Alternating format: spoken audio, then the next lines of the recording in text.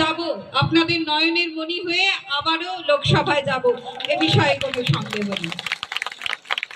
আজকে আমি সবার প্রথমে বলি, মামাটি মানুষের নেত্রী, জননেত্রী, বিরোধীদের মুখ, ভারতবর্ষের একমাত্র মহিলা মুখ্যমন্ত্রী মমতা বন্দ্যোপাধ্যায়, আমার আপনার সকলের নয়নের মণি, আমাদের প্রিয় দিদি, তার আশীর্বাদে এবং সর্বভারতীয় তৃণমূল কংগ্রেসের সাধারণ সম্পাদক অভিষেক বন্দ্যোপাধ্যায়ের শুভেচ্ছা নিয়ে আমাকে তৃতীয়বারের জন্য জয়নগর লোকসভা কেন্দ্রে প্রার্থী করার জন্য আমি তাদের কাছে এবং দলের কাছে কৃতজ্ঞ। কৃতজ্ঞতা জানানোর ভাষা আমার নেই। আজ আপনারা যারা এইভাবে পবিত্র রমজান মাসে রোজার মধ্যে রয়েছেন, অত্যন্ত গরমে এই যে লক্ষ লক্ষ মানুষ আপনারা এখানে উপস্থিত হয়েছেন, কারণ এখানে যত মানুষ তার থেকে বাইরে অনেক বেশি মানুষ। আমি গাড়ি করে আসতে পারিনি, কালিকাতলা থেকে আমি বাইকে করে, একজনের বাইকে করে, কালীতলা থেকে বাইকে করে আমি আপনাদের সভায় উপস্থিত হয়েছি।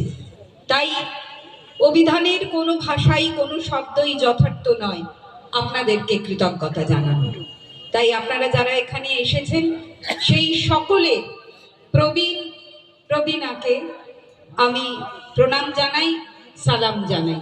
সকল মায়ের রাঙা পায়ের রাঙা চরণে প্রণাম জানাই যারা এখানে এসেছেন। সকল ভাইদের ধুলো মাখা পায়ে আমি প্রণাম জানাই, সালাম জানাই। সকল সমবয়সীদের শুভেচ্ছা জানাই, সকল ছোটদেরকে স্নেহাশীষ জানাই।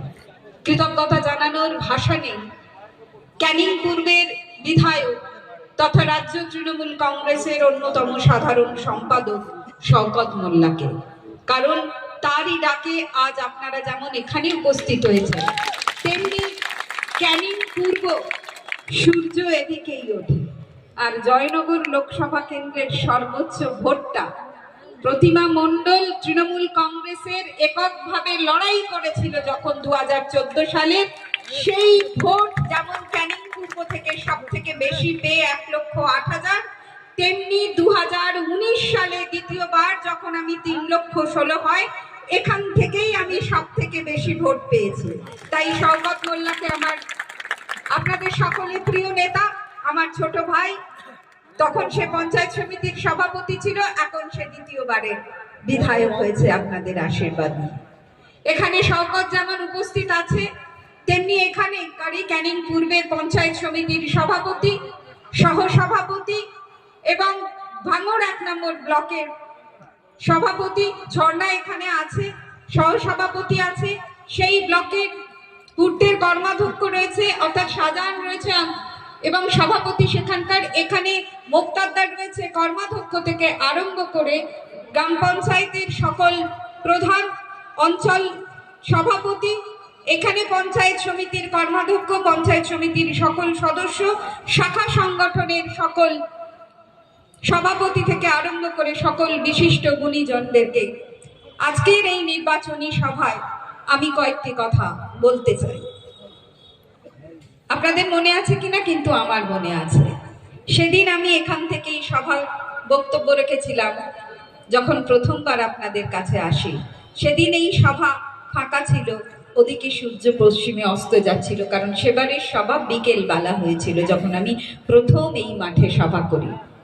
সেদিনও চাকরি ছেড়ে মমতা বন্দ্যোপাধ্যায় আমাকে আপনাদের কাছে আশীর্বাদ নিতে, শুভেচ্ছা নিতে এখানে পাঠিয়েছিলেন, আর আপনারা আমায় আশীর্বাদ, শুভেচ্ছা, কৃতজ্ঞতায়, ভালোবাসায় ভরিয়ে দিয়েছিলেন। মমতা বন্দ্যোপাধ্যায় এমন এক নেত্রী যিনি এই বাংলায় সকল মানুষকে পরিষেবা, আর অন্য জায়গায় যেতে হয় না, আপনার দুয়ারে এসে আপনাকে পরিষেবা দিচ্ছে তার বিভিন্ন প্রকল্পের মধ্য দিয়ে। মমতা বন্দ্যোপাধ্যায় সেই নেত্রী, পরিষেবা দেওয়া শুধু নয়, সকল ধর্মের মানুষ যাতে তাদের নিজেদের ধর্মাচরণ করতে পারে সেই গ্যারান্টি দিয়েছে, অ্যাসিওর করেছে। অর্থাৎ আপনাদের সকলকে একজন শাসক দলের নেত্রী হিসাবে তার যে করা উচিত, সেই রাজ্যের সকল মানুষ যাতে শান্তিতে থাকতে পারে, সকল মানুষ যাতে নিজের ধর্মাচরণ করতে পারে, এবং তপশিলি জাতি উপজাতি মানুষের জয় জোহার প্রকল্পের মধ্য দিয়ে তাদেরকে সম্মান দিয়েছে, তপশিলি বন্ধু বানিয়েছে আপনাদেরকে। কিন্তু ভারতীয় জনতা পার্টি, আপনারা সকলে দেখছেন সেই ভারতীয় জনতা পার্টি যে এনআরসির মাধ্যমে ঠিক লোকসভা নির্বাচনের আগে সিএ এর মাধ্যমে আপনাদের মনে এক ভয় ঢোকানোর চেষ্টা করছে যে এই রাজ্যে আপনি থাকতে পারবেন কিনা, এই দেশে আপনি থাকতে পারবেন কিনা। মানুষকে ভয় দেখাচ্ছে এমনই যে আপনি জানেন যে বঙ্গা লোকসভা কেন্দ্র থেকে যিনি জয়ী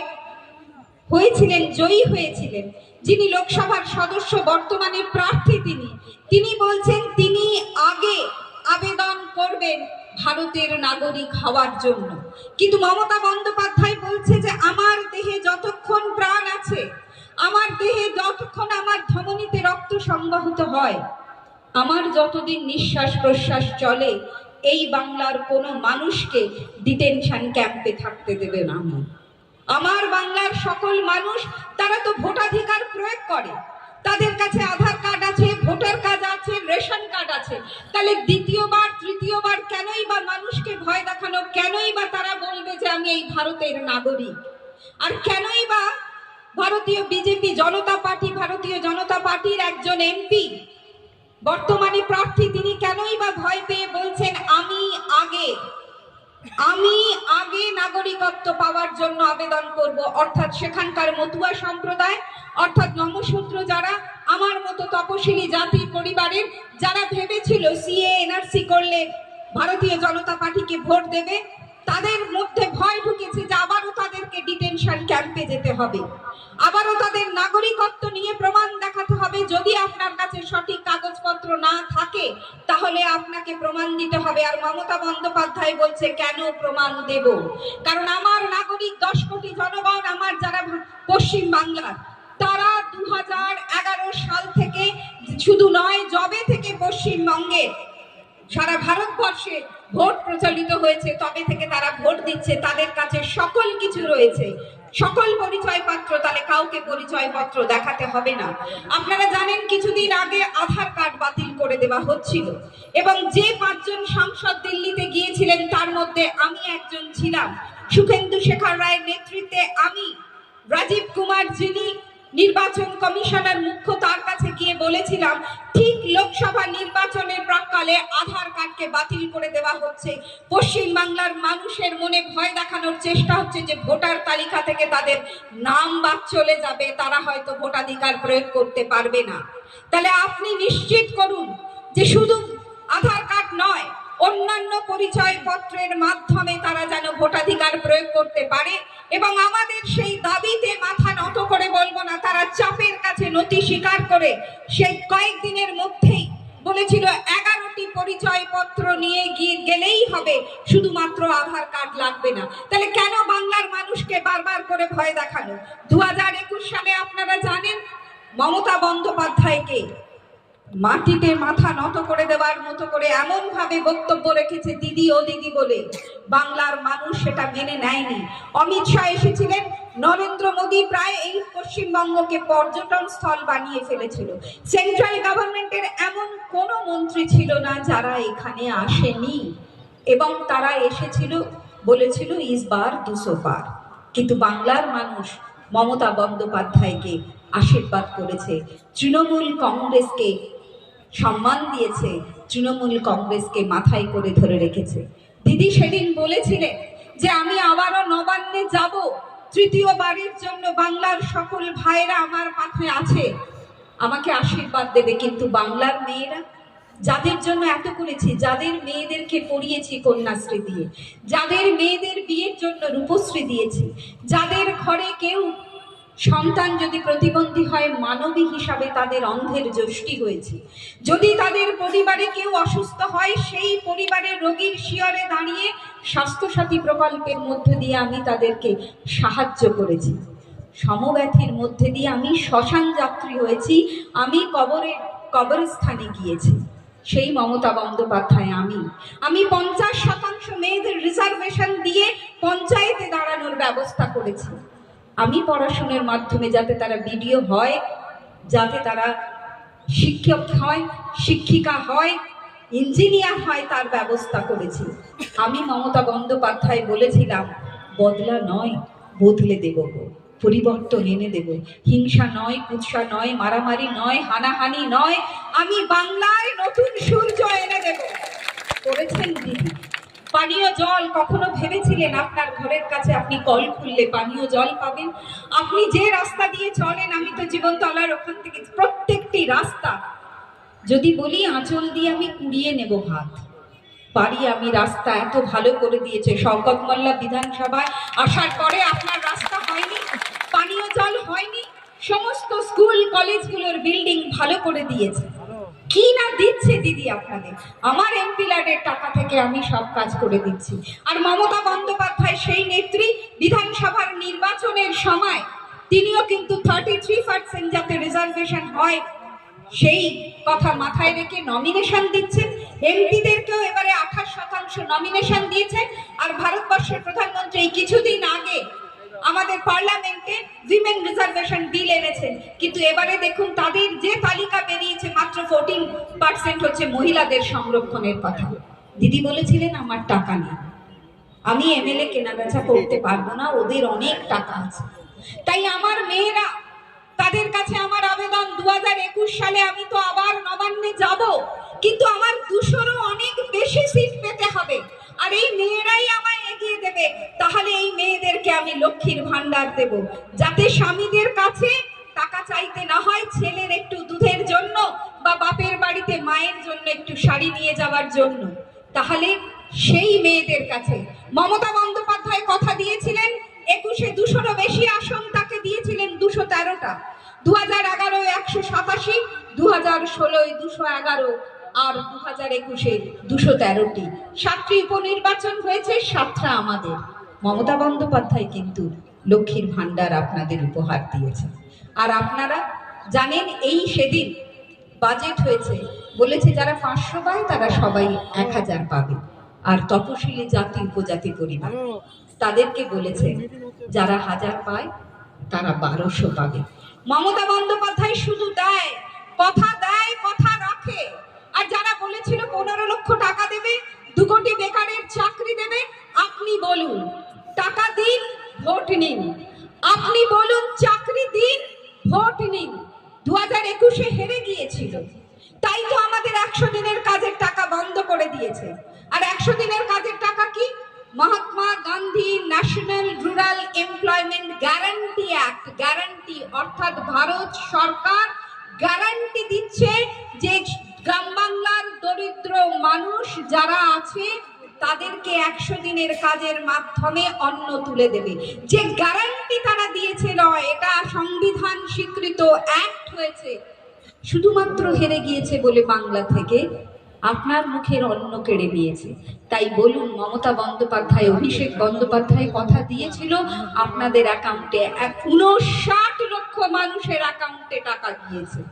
তাই মমতা বন্দ্যোপাধ্যায় আবারও বলেছে, কথা আমি দিয়েছি, টাকা আমি দিয়েছি। ওরা বঞ্চনা করছে হেরে গিয়ে। 11 লক্ষেরও বেশি মানুষ যাদের মাথার উপরে আচ্ছাদন কেড়ে নিয়েছে, আমি তাদের কয়েকদিনের মধ্যে টাকা জোগাড় করে কয়েক মাসের মধ্যে 11 লক্ষ মানুষের মাথার আচ্ছাদন দেব। আপনারা বলবেন না এবারে ভোটের বাক্সে গিয়ে বলবেন না, বদলা নেবেন না আপনারা? না, হিংসার মাধ্যমে নয়, ভোটের মাধ্যমে। গণতন্ত্রের সব থেকে বড় উৎসব হলো নির্বাচন, সেই নির্বাচনে ভোট দেবেন না? চাকরি নেই, 100 দিনের কাজের টাকা দেননি, তাহলে ভোট আপনাদের নয়, তৃণমূল কংগ্রেসকে। আপনি আমার ঘরের মাথার উপরে নাম রয়েছে পঞ্চায়েতে, ঘর দেননি, ভোটও আপনার নয়, ভোট তৃণমূল কংগ্রেসে। বলবেন না স্বাস্থ্যের ক্ষেত্রে, পরিষেবার ক্ষেত্রে টাকা দিচ্ছে না, ভোট আপনাকে নয়, ভোট তৃণমূল কংগ্রেসকে। আপনাদের বলি আবারও আসবে, আর 5 বার এসে গিয়েছে, আবারও আসবে ভারতের প্রধানমন্ত্রী এবং আরো সকলে। আবারও আপনাদেরকে টাকার মাধ্যমে, তাদের প্রচুর টাকা, আমাদের অত টাকা নেই। মমতা বন্দ্যোপাধ্যায় মানুষকে পরিষেবা দিতে দিতে তিনি আজ অসুস্থ। আমরা সকলে তার আরোগ্য কামনা করি, যাতে তিনি দ্রুত বাংলার সর্বত্র চলে গিয়ে আমাদের জন্য আশীর্বাদ প্রার্থনা করতে পারে। কিন্তু আপনাদের কাছে করজোড়ে বিনম্র চিত্তে নতমস্তকে বলি, ভোট যখন দেবেন একবার ভাবুন সংখ্যালঘু সম্প্রদায়ের মানুষকে। এই তো বিজেপির একজন নেতা কত খারাপ ভাষায় বলেছে সংখ্যালঘু মানুষদেরকে এনআরসি প্রমাণ করতে গেলে কি করতে হবে। আমার কেন কোনো মানুষের মুখে আসতে পারে না সে কথা আপনারা খবরের কাগজের পাতায় দেখেছেন। আর তপশিলি ভাই বোনেদের কথা বলি, আমি সকলের প্রতিনিধি, কিন্তু আমি তপশিলি পরিবারের মেয়ে। তাদের বলি দ্রৌপদী মুর্মু রাষ্ট্রপতি, শুধুমাত্র তিনি তপশিলি উপজাতি পরিবারের অর্থাৎ তপশিলি পরিবারের হওয়ার জন্য তাকে সংসদে পা রাখতে দেওয়ার অনুমতি দেওয়া হয়নি, তাকে সেই সম্মানটুকু জানানো হয়নি, তাকে আপ্যায়ন করেনি। উত্তরপ্রদেশের রাম মন্দির প্রতিষ্ঠা হয়েছে, যদি সেখানে তিনি পা রাখেন তাহলে কোনো ধর্মগুরুরা সেখানে যাবে না, ওরা শুধু আসে আপনাকে আমাকে ভোট নেবার জন্য। আজ বাবা সাহেবের আম্বেদকর সংবিধানকে বলছে পাল্টে দেব, তাই আপনাদের কাছে বলি যে আমাদের তপশিলি জাতি উপজাতি পরিবারের সকল লোককে ভয় দেখাচ্ছে এনআরসির মাধ্যমে, সিএ এর মাধ্যমে নাগরিকত্ব কেড়ে নেবে। আমার আপনাকে সম্মান দেয় না, অস্পৃশ্য বলে মনে করে। সংখ্যালঘু পরিবারের ভাই বোনেদের ধর্মাচরণ করতে তারা আঘাত করে। তাই সকল মানুষের কাছে আবেদন, এবারের ভোট আপনার সম্মান রক্ষার ভোট, এবারের ভোট মমতা ব্যানার্জির সম্মান রক্ষার ভোট। কারণ তারা মনে করছে এটা সেমিফাইনাল, এখান থেকে যদি আমরা কয়েকটা সিট পাই তাহলে 2026-এ মমতা বন্দ্যোপাধ্যায়কে হটিয়ে দিয়ে তারা আসবে। অত সোজা যারা মানুষকে সম্মান দেয় না, যারা মানুষের রুজি রোজগার কেটে নেয়, যারা মানুষের মাথার আচ্ছাদন কেড়ে নেয়, তারা ভোটের কথা বলে। তাই ভয় পাবেন না, অনেক টাকা তাদের। আমাদের কাছে টাকা নেই, আমাদের কাছে শুধু উন্নয়ন আছে পরিষেবা দেবার জন্য। মমতা বন্দ্যোপাধ্যায়কে আপনারা আশীর্বাদ করুন, অভিষেক বন্দ্যোপাধ্যায় যে লড়াই করছে তাকে একবার আশীর্বাদ করুন।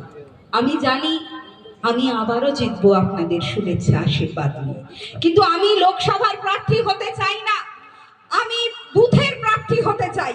প্রত্যেকটি বুথ থেকে আমাকে এমন করে জেতান, ভারতীয় জনতা পার্টির মুখের উপরে এমন জবাব দিন যে পশ্চিমবঙ্গের দিকে ঘুরে তাকালে 10 কোটি মানুষ আপনাকে এমন জবাব দেবে যে আগামী দিনে প্রার্থী খুঁজে পাওয়ার লোক পাওয়া যাবে না। তাই আপনাদের কাছে আবারও বলি, আমি এসেছি আপনাদের দরজায় তৃতীয়বারের জন্য। মমতা বন্দ্যোপাধ্যায়কে আশীর্বাদ করে আপনারা আবারও আমায় 42টি আসনের মধ্যে জয়নগর লোকসভা কেন্দ্রকে সর্বোচ্চ ভোটে জয়লাভ করা, ডায়মন্ড হারবারের পরে। কারণ আমি জানি ডায়মন্ড হারবার সব থেকে বেশি পাবে, যদিও শওকত বলছে আপনার স্থান দ্বিতীয় হবে। আমি আমার বক্তব্যকে দীর্ঘায়িত করব, কারণ 2019-এ আমি দ্বিতীয়ই হয়েছিলাম সারা পশ্চিমবঙ্গ থেকে। আমার এমপি ল্যাডের টাকা সব সময় শওকতকে দিয়েছি, আর শওকতের কাছে আমি কৃতজ্ঞ। কোনো ছোট কাজ আমার এমপি ল্যাডের টাকায় হয়নি, সব সময় বড় বড় কাজ। আমি একদিন থাকবো কিনা জানি না, কিন্তু লোকসভার সদস্য হিসেবে যে কাজ করেছি তার ফলক থেকে যাবে। আপনারা একদিন দেখাতে পারবেন প্রতিমা মণ্ডল এই কাজটুকু করেছে। সকলে ভালো থাকুন, আপনাদের সকলের সুস্থতা কামনা করি। আবারও দেখা হবে, আর লোকসভায় আপনাদের জন্য যা দাবি তা তো আমি তুলবই, আর এখানকার সকল কাজ আমি করব। ভালো থাকুন। ধন্যবাদ প্রতিমাদিকে।